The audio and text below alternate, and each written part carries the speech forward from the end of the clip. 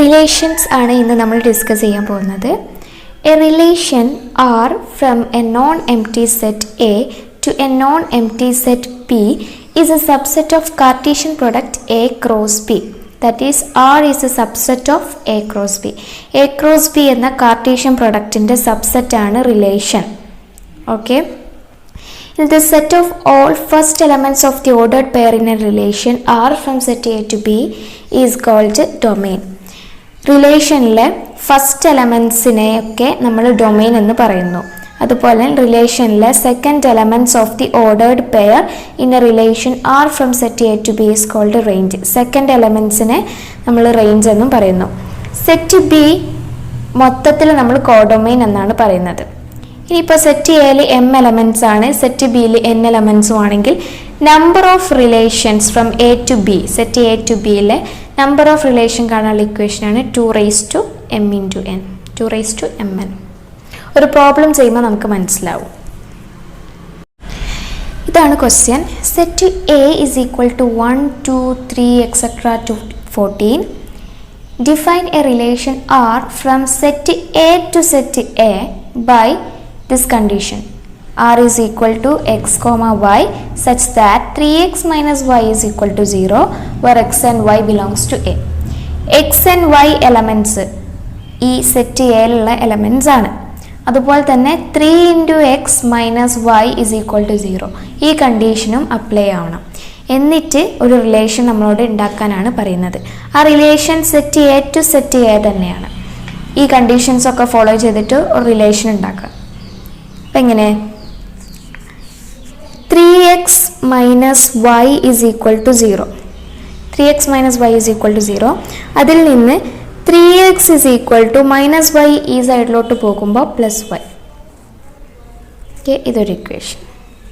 3 into x times, ഈ എക്സിനെ 3 times multiply ചെയ്യുന്നതാണ് y.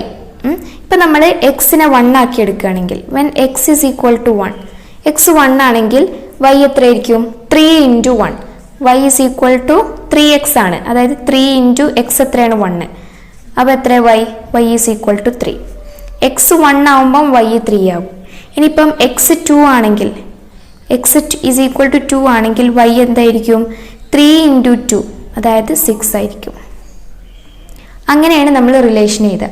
അപ്പം set r is equal to x 1 ആവുമ്പോൾ എക്സ് കോമ വൈ ആണ്. അപ്പം എക്സ് 1 ആകുമ്പോൾ വൈയുടെ വാല്യൂ എത്രയാണ്? 3.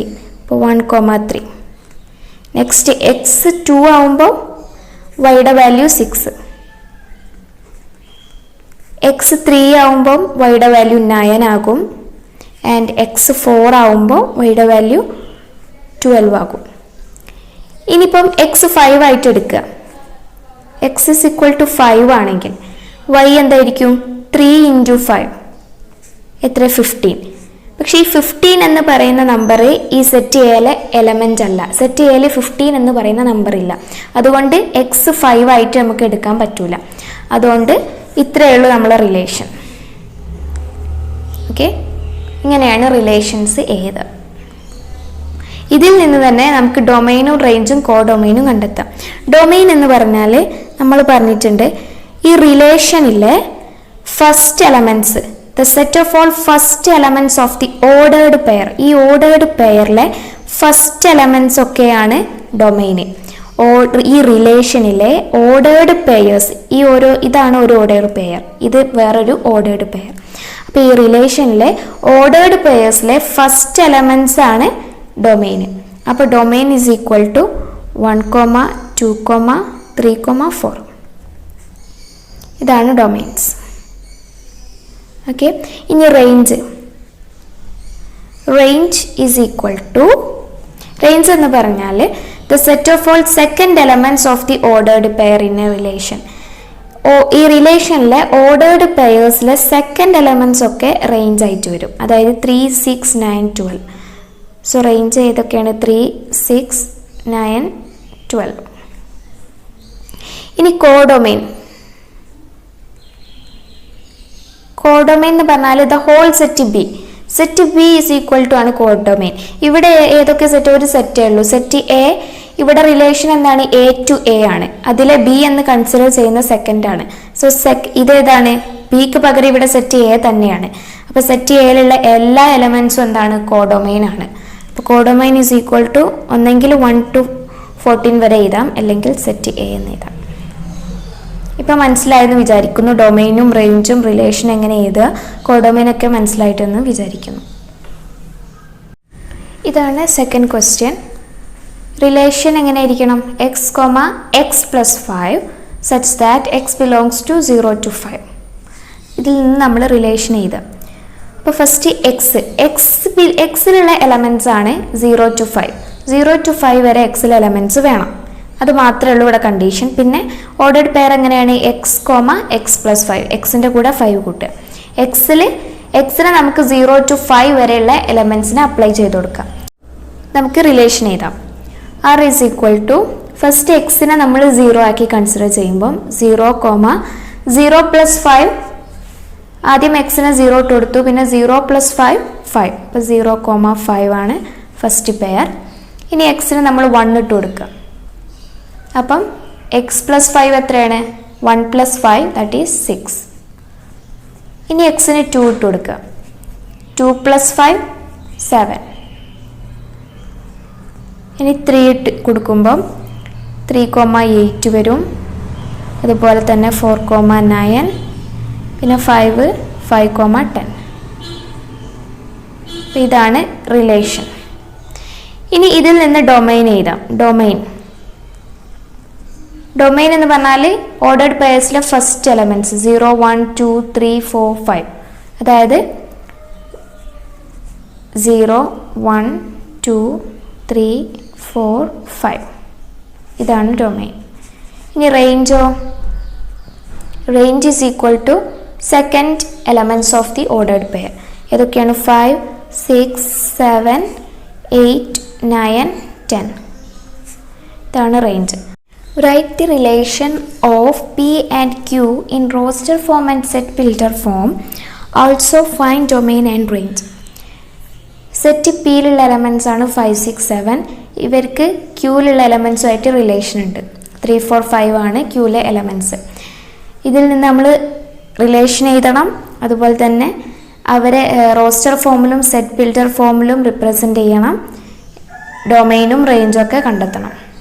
അപ്പോൾ നമ്മൾ ഫസ്റ്റ് റിലേഷൻ ഇതാണ്. R is equal to 5, 3, 6, 4, 7, 5. ഇതാണ് റിലേഷൻ. ഓക്കെ, ഇനി ഈ റിലേഷനെ നമ്മൾ ഡിഫൈൻ ചെയ്യണം. ആദ്യം നമ്മൾ അതിനെ സെറ്റ് ബിൽഡർ ഫോമിലും റോസ്റ്റർ ഫോമിലാണ് ഡിഫൈൻ ചെയ്യേണ്ടത്. റോസ്റ്റർ ഫോമിൽ നമ്മൾ പറഞ്ഞതാ എലമെൻറ്റ്സിനെ കോമട്ട് സെപ്പറേറ്റ് ചെയ്ത് നമ്മൾ എഴുതി. ഇനി അതിനെ സെറ്റ് ബിൽഡർ ഫോമിൽ റിപ്രസെൻ്റ് ചെയ്യണം. അപ്പോൾ എങ്ങനെയാണ് നോക്കുക. ഇപ്പം 5 ഈ എലമെൻറ്റ്സിനെ നമ്മൾ എക്സ് ആക്കി കൺസിഡർ ചെയ്യുക. അതായത് പിയിലെ എലമെൻറ്റ്സിനെ ഒക്കെ എക്സ് ആക്കി കൺസിഡർ ചെയ്യുക. എക്സ് കോമ, അപ്പോൾ ഇവിടുത്തെ എലമെൻറ്റ്സ് നോക്കുക. ഇവിടെ 5 ആകുമ്പോൾ 5ൽ നിന്ന് 2 കുറഞ്ഞാലാണ് 3. അതുപോലെ തന്നെ 6ൽ നിന്ന് 2 കുറച്ചാലാണ് 4. 7ൽ നിന്ന് 2 കുറച്ചാലാണ് 5. അപ്പോൾ എക്സ് എലമെൻറ്റ്സ്, അതായത് എക്സ് ആയി ഫസ്റ്റ് എലമെൻറ്റ്സ് ഒക്കെ എക്സ് ആക്കി കൺസിഡർ ചെയ്തു. എക്സ് കോമ വൈ ഫോമിലാണല്ലോ നമ്മൾ റിലേഷൻ എഴുതുക. അപ്പം അതിലെ ഫസ്റ്റ് എലമെൻറ്റ്സ് നമ്മൾ എക്സ് ആക്കി എടുത്തു. അപ്പോൾ സെക്കൻഡ് എലമെൻറ്റ്സിന് ഒരു പ്രോപ്പർട്ടി വേണം. സെയിം പ്രോപ്പർട്ടി എല്ലാവർക്കും വേണം. എന്താണ്, ഈ എക്സിൽ നിന്ന് 2 കുറച്ചാലാണ് വൈ എലമെൻറ്റ്സ്. 5ൽ നിന്ന് 2 കുറച്ചാൽ 3, 6ൽ നിന്ന് 2 കുറച്ചാൽ 4, 7ൽ നിന്ന് 2 കുറച്ചാൽ 5. So x comma x minus 2 such that x belongs to x എന്തായിരിക്കണം. അപ്പം നമ്മൾ പറഞ്ഞു എക്സ് ആദ്യത്തെ എലമെൻറ്റ്, എക്സിൽ നിന്ന് 2 പോയാലാണ് രണ്ടാമത്തെ എലമെൻറ്റ്സ്. അപ്പം എക്സിൻ്റെ വാല്യൂസ് നമ്മൾ എഴുതി കൊടുക്കണം. അപ്പം എക്സ് ഏതൊക്കെ വരാം, എക്സ് ബിലോങ്സ് ടു 5, 6, 7. ഇനി ഇതിനേക്കാളും ഒന്നുകൂടി എളുപ്പത്തിൽ നമുക്ക് റിലേഷനെ സെറ്റ് ബിൽഡർ ഫോമിൽ എഴുതാം. എങ്ങനെയെന്ന് വെച്ചാൽ സെറ്റ് ബിൽഡർ ഫോമിൽ എങ്ങനെയെന്ന് വെച്ചാൽ സിമ്പിളായിട്ട് എക്സ് വൈ എന്നിട്ട് കൊടുക്കുക. സെറ്റ് പിയിലുള്ള എലമെൻറ്റ്സും സെറ്റ് ക്യൂയിലുള്ള എലമെൻറ്റ്സിനെ ഓൾറെഡി നമ്മൾ ക്വസ്റ്റ്യനിൽ തന്നിട്ടുണ്ട്. അതുകൊണ്ട് തന്നെ ഇതിനെ എക്സ് വൈ എന്ന് എഴുതാം. എന്നിട്ട് y is equal to x minus 2. y എന്ന് പറഞ്ഞാൽ എക്സിൽ നിന്ന് 2 കുറക്കുക. സെയിം നമ്മൾ ഇതുപോലെ എക്സ് മൈനസ് 2 എഴുതിയതുപോലെ തന്നെയാണ് നമ്മൾ y എന്ന് എഴുതി. എന്നിട്ട് ഈ y എന്ന് പറഞ്ഞാൽ ഈ എക്സ് മൈനസ് 2 ആണെന്ന് എഴുതുക. എന്നിട്ട് x belongs to p and y belongs to q. ഇതിനേക്കാൾ ഒന്നുകൂടി സിമ്പിൾ ആയിട്ട് വരും. എക്സ് y എന്ന് എഴുതുക. വൈൻ്റെ പെക്യുലാരിറ്റി എന്താണ്? y എന്ന് പറഞ്ഞാൽ എക്സ് മൈനസ് 2 ആണ്. പിന്നെ എക്സ് എന്ന് പറഞ്ഞാൽ പിയിലുള്ള എലമെൻറ്റ്സ്, y എന്ന് പറഞ്ഞാൽ ക്യൂയിലെ എലമെൻറ്റ്സ്. ഓക്കെ, ഇങ്ങനെയും എഴുതുക. ഇതാണ് ഒന്നും കൂടിയും better.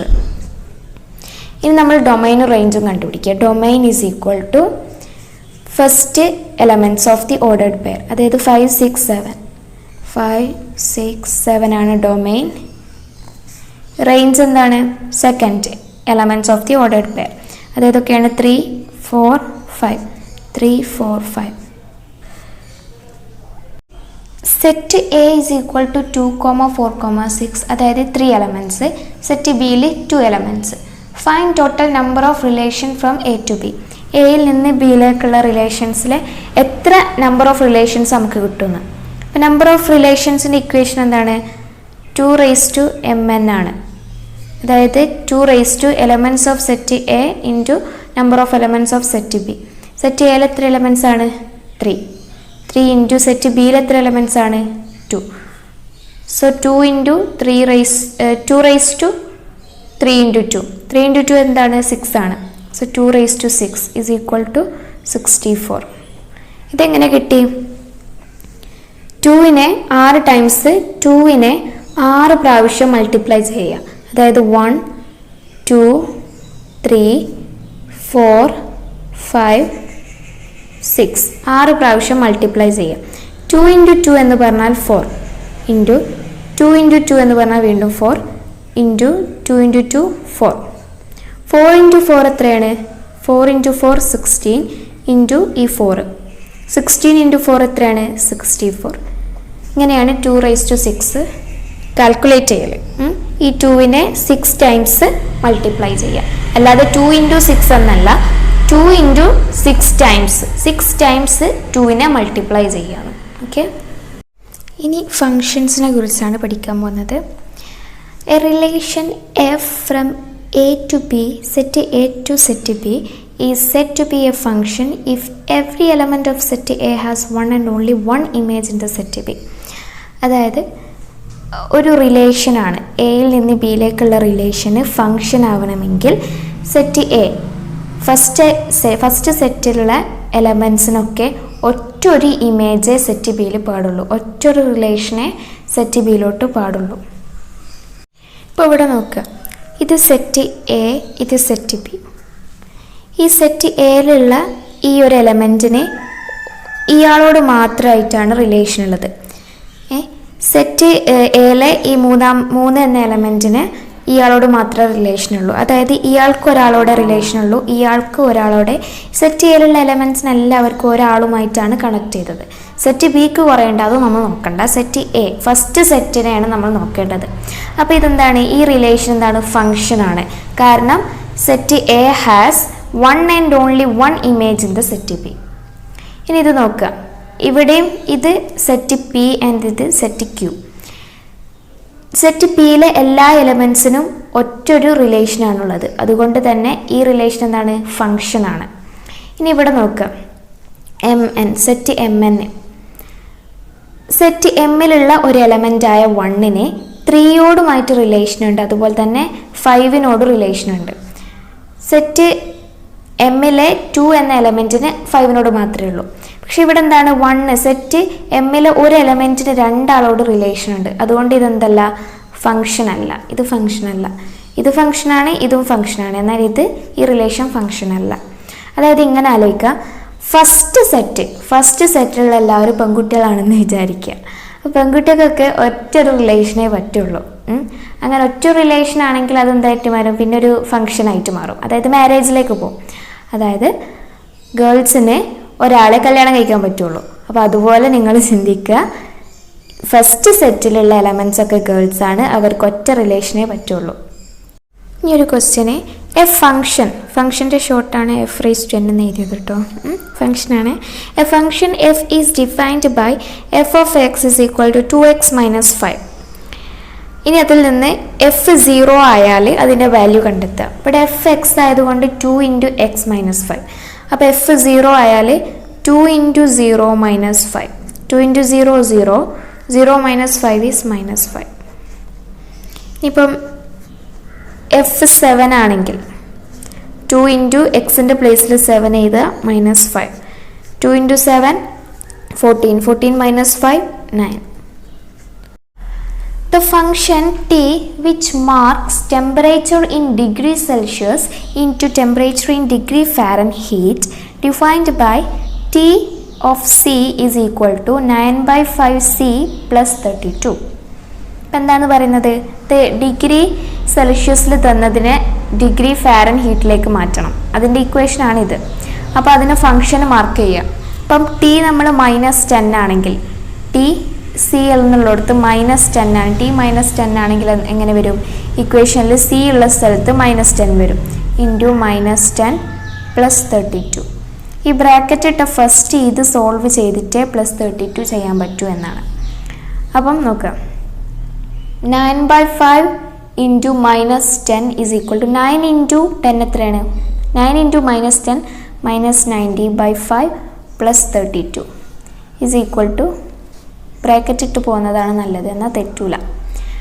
90 divided by 5 -18 plus 32 that is equal to 14. ഇനി അതിൽ രണ്ടാമത്തെ സബ് ക്വസ്റ്റ്യൻ ആണ്, find the value of C when T of C is equal to 212. അതായത് ടി ഓഫ് സി പറഞ്ഞാൽ ഇത് 212 ആവുമ്പോൾ ഈ സിയുടെ വാല്യൂ കണ്ടുപിടിക്കാനാണ് പറഞ്ഞത്. നമ്മൾ ഈ ക്വസ്റ്റ്യൻ ചെയ്ത പോലെ അല്ല, ഇവിടെ നമ്മൾ ഇതിനെ ഫാരൻഹീറ്റിലോട്ട് മാറ്റിയതാണ് കണ്ടത്. പക്ഷേ ഇവിടെ പറയുന്നത് ഈ ടി ഓഫ് സിയുടെ വാല്യൂ ആണ് 212. അതിൽ നമ്മൾ ഈ സിയുടെ വാല്യൂ കണ്ടുപിടിക്കാനാണ് പറയുന്നത്. അപ്പോൾ നമ്മൾ ഈ ടി ഓഫ് സി എന്നുള്ളിടത്ത് 212 എന്ന് എഴുതും. എന്നിട്ട് 9/5 സി പ്ലസ് 32. ഇനി നമ്മൾ ഫസ്റ്റ് ഈ 32നെ ഇങ്ങോട്ട് കൊണ്ടുവരും. അതായത് 212 minus 32 is equal to 9/5 into C. അപ്പം എന്താവും? 180 is equal to 9/5 into C.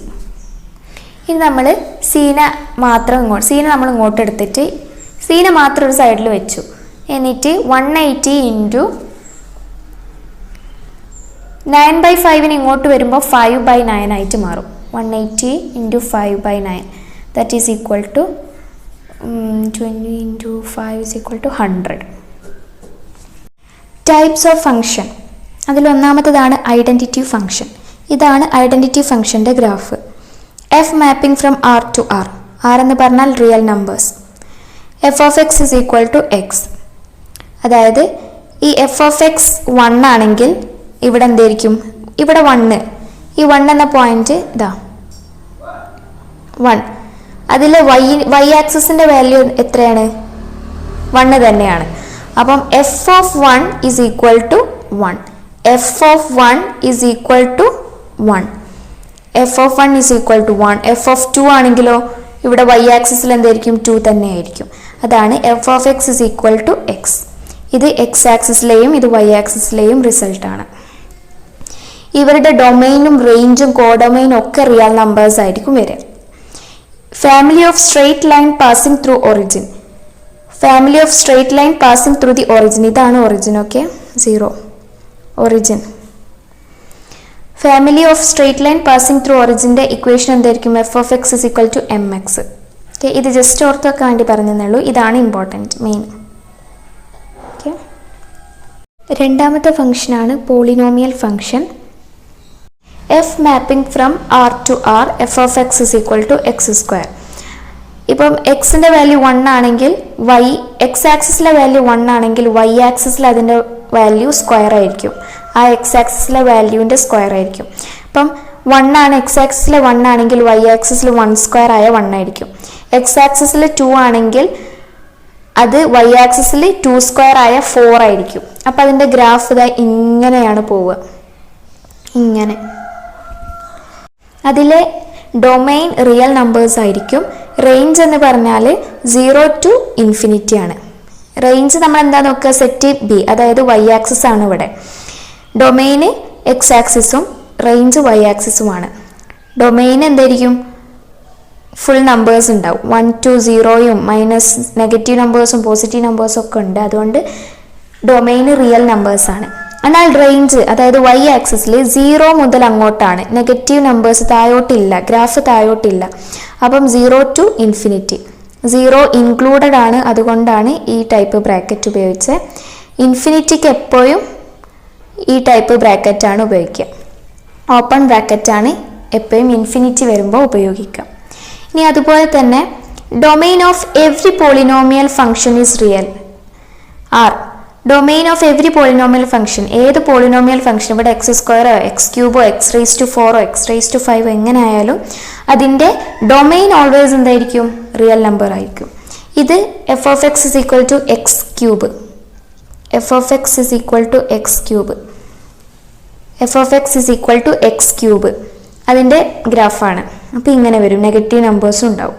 അപ്പോൾ അതിൻ്റെ റേഞ്ച് മാറും, പക്ഷേ ഡൊമെയിൻ എപ്പോഴും എന്തായിരിക്കും, റിയൽ നമ്പർ ആയിരിക്കും.